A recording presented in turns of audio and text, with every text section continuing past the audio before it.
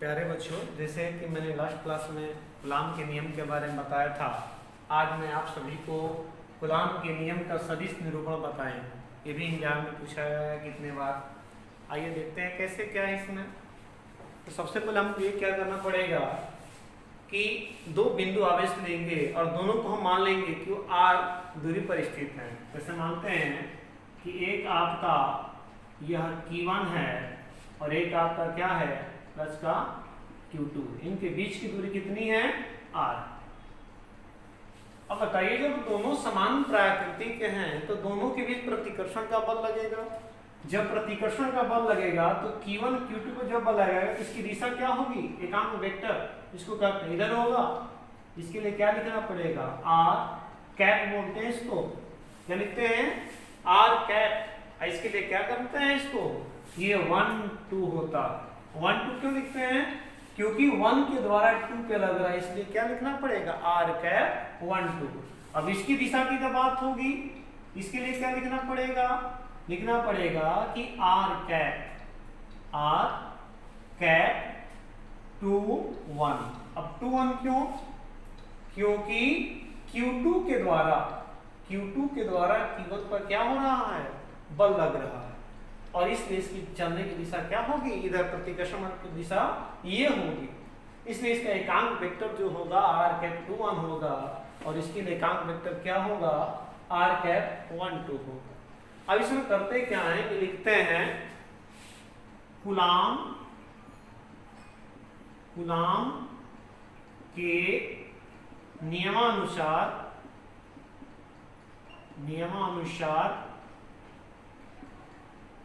Coulomb के नियमानुसार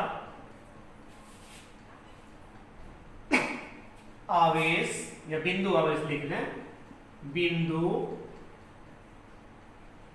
आवेश Q2 पर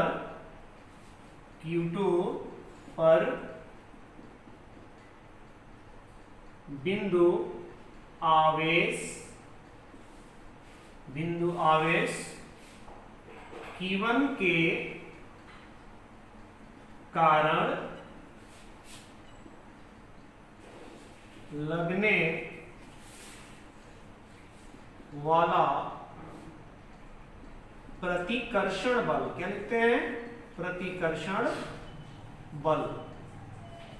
देखिए इसको याद रखना है कि बिंदु आवेश Q2 पर, ये Q2 है, बिंदु आवेश Q1 के कारण, ये Q1 है, लगने वाला प्रतिकर्षण समान प्रकृति के, तो क्या होगा, प्रतिकर्षण का ही बल लगेगा। इसके लिए क्या लिखेंगे, F वेक्टर लिख लिए। अब देखिए कि जिसके ऊपर लगता है बल उसको पहले लिखते हैं, और जिसके द्वारा लगाया जाता है उसको क्या करते हैं, बाद में लिखते हैं। इसके लिए क्या होगा, F2 1 होगा बराबर 1/4 pi epsilon not Q1 Q2 बटे में r का स्क्वायर।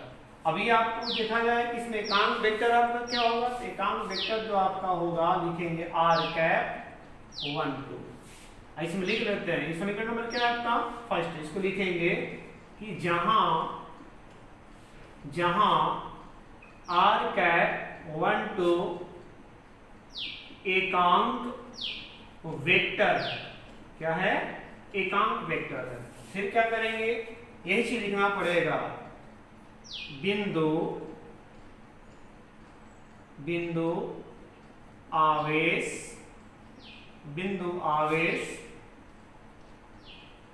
Q1 पर बिंदु आवेश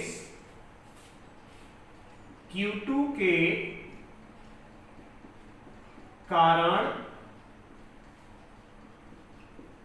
लगने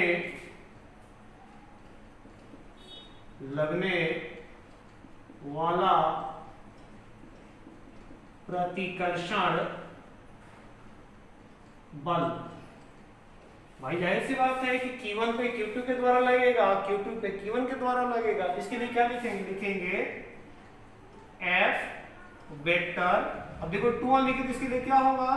1 2 होगा, बराबर 1/4 पाई एप्सिलॉन 0 Q1 Q2 बटे में R स्क्वायर, और ये आपके एकांक वेक्टर क्या होगा? R कैप 2 1 होगा। ये समीकरण नंबर आपका क्या होगा? 2 होगा। फिर यहां लिखना पड़ेगा कि जहां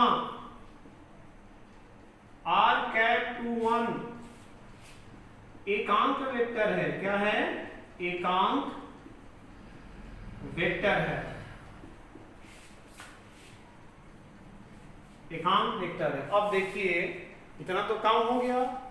अब देखते हैं इसमें आगे आगे देखते हैं थोड़ा, क्योंकि नीचे दिखने में थोड़ा दिक्कत होगा, उसको थोड़ा मिटाना पड़ेगा। देखिए लिखते हैं, देखिए क्या है। लिखेंगे कि एकांक सदिश, क्या लिखेंगे? एकांक सदिश। देखो इसको वेक्टर लिखे, इसको सदिश याद रखिएगा। ये क्या है आपका? ये सदिश है। क्या है? सदिश। ये भी क्या है आपका? सदिश है। लिखेंगे एकांक, एकांक सदिश, एकांक सदिश। कौन कौन से एकांक सदिश है? तो देखिए लिखे हैं कि R कैप 1 2 और R कैप 2 1। देखिए एकांक सदिश R कैप 1 2 R कैप 2 1 परस्पर बराबर। देखिए इसमें देखिए याद रखना है एकांक सदिश R कैप 1 2 और R कैप 2 1 परस्पर बराबर तथा विपरीत एकांक सदिश R कैप 1 2 और R कैप 2 1 परस्पर बराबर तथा विपरीत दिशा में, विपरीत दिशा में होते हैं। अब बताइए विपरीत दिशा में जब होंगे तो हम क्या लिख सकते हैं? इसमें यहां से लिख सकते हैं ना कि R कैप 1 2 बराबर R कैप 2 1।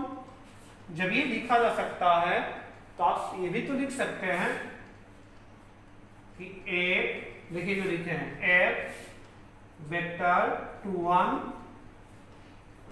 बराबर,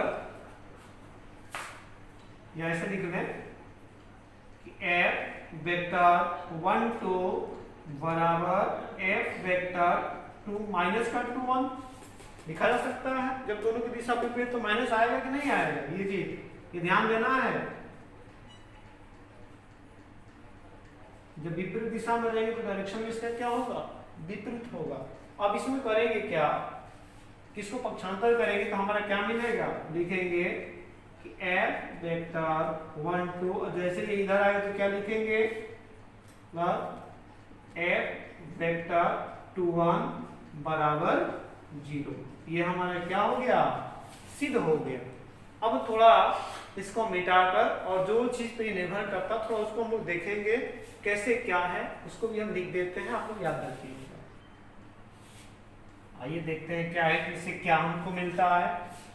लिखे है ना F vector 1 2 plus F vector 2 1 बराबर 0। इसके बराबर क्या मिलता है? इससे क्या सिद्ध होता है? इसके बारे में थोड़ा हम जानते हैं। ठीक है, आइए। तो आपको याद रखना है कि न्यूटन का नियम पढ़े होंगे, न्यूटन गति का नियम, क्रिया प्रतिक्रिया का नियम, एक्शन रिएक्शन जो होता है कि जब किसी चीज पर हम लोग बल लगाते हैं तो वह वस्तु भी हमारे ऊपर उतना ही बल लगाती है। तो ये आपका जैसे लिखे है ना कि F वेक्टर 1 2 बराबर माइनस F वेक्टर 2 1। इसके कहने का मतलब ये है कि दोनों आवेश पर क्या लिखेंगे? दोनों आवेशों पर, क्या याद रखिएगा? मार्कर से चल नहीं रहा, मार्कर है क्या? इसमें क्या याद रखना है? आवेशों, दोनों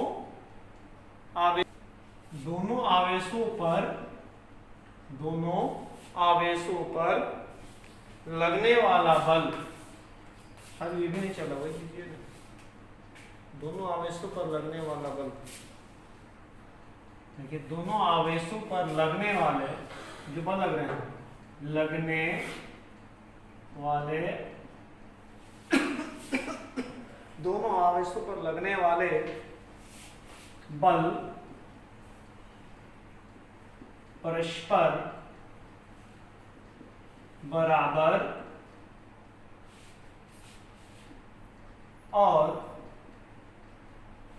विपरीत दिशा में, विपरीत दिशा में लगने वाले बल विपरीत दिशा में होते हैं। दोनों आवेशों पर लगने वाले बल परस्पर बराबर और विपरीत दिशा में होते हैं। ये बात याद रखिएगा। इसके कहने का मतलब क्या, तो आप सीधे सीधे बता सकते हैं कूलाम बल जो होते हैं, लिख सकते हैं कूलाम बल, या यहां लिख दे रहे हैं हम कूलाम बल। कूलाम बल है ना, दोनों तो लग रहे हैं, तो कूलाम बल न्यूटन के, क्या चीज, न्यूटन के क्रिया, क्या चीज, न्यूटन के क्रिया और प्रतिक्रिया, क्रिया प्रतिक्रिया, लेकिन लिखे हैं कूलाम बल न्यूटन के क्रिया प्रतिक्रिया नियम का पालन करते हैं, नियम का पालन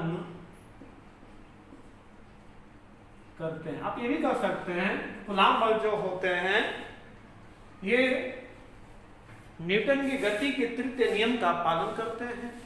अब देखिए इसमें थोड़ा ये बात आती है कि ये सदिश जो होते हैं प्लस माइनस का मीटर जो होता है, तो आप जानते ही हैं कि जो समान प्राकृतिक के आवेश रहेंगे तो उनमें प्रतिकर्षण होगा, और विपरीत प्राकृतिक के हैं तो उनमें आकर्षण होगा। इस हिसाब से जब समान प्राकृतिक है तो प्रतिकर्षण लगेगा, जब धकेल का बल लगता है तो मान को चला जाता है, तो उसमें क्या होता है, न्यूटन के गति के तृतीय नियम का पालन होता है। और इस हिसाब से हम लोग क्या करेंगे, इस चीज